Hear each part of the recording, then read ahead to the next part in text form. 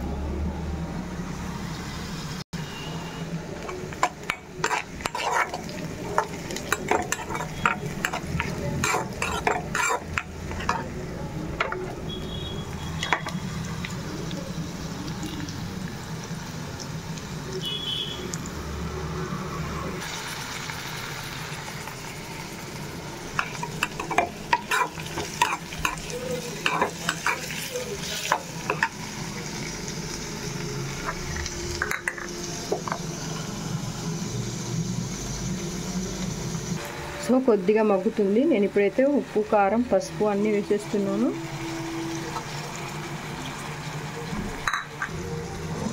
So మగ్గుతుంది. నేనైతే ఇప్పుడు coconut paste అయితే వేసేస్తాను.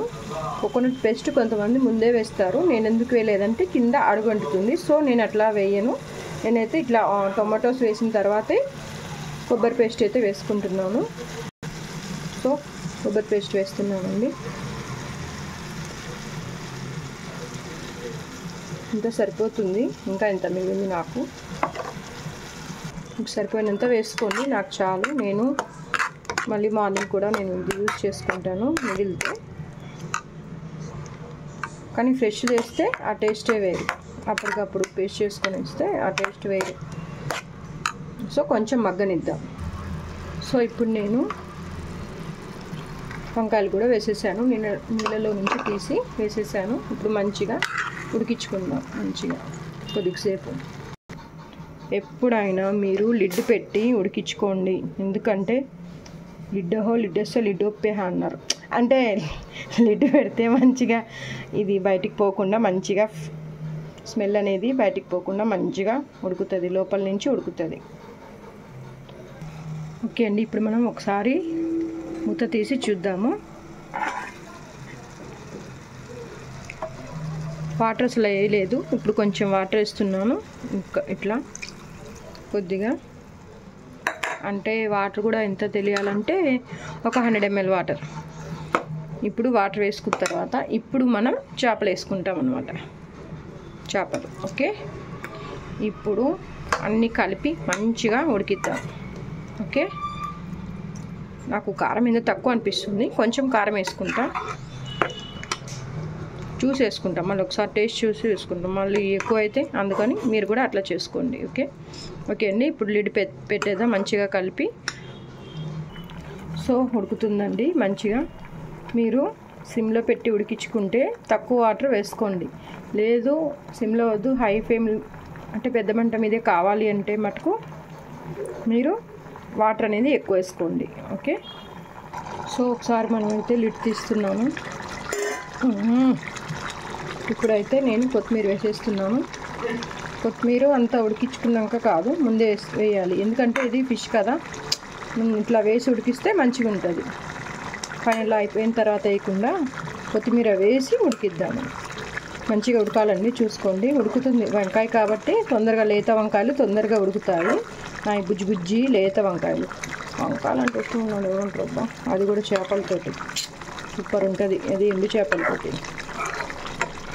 సో చెప్పాను కదండి, వాటర్ అయితే మీరు చూసేసుకోండి.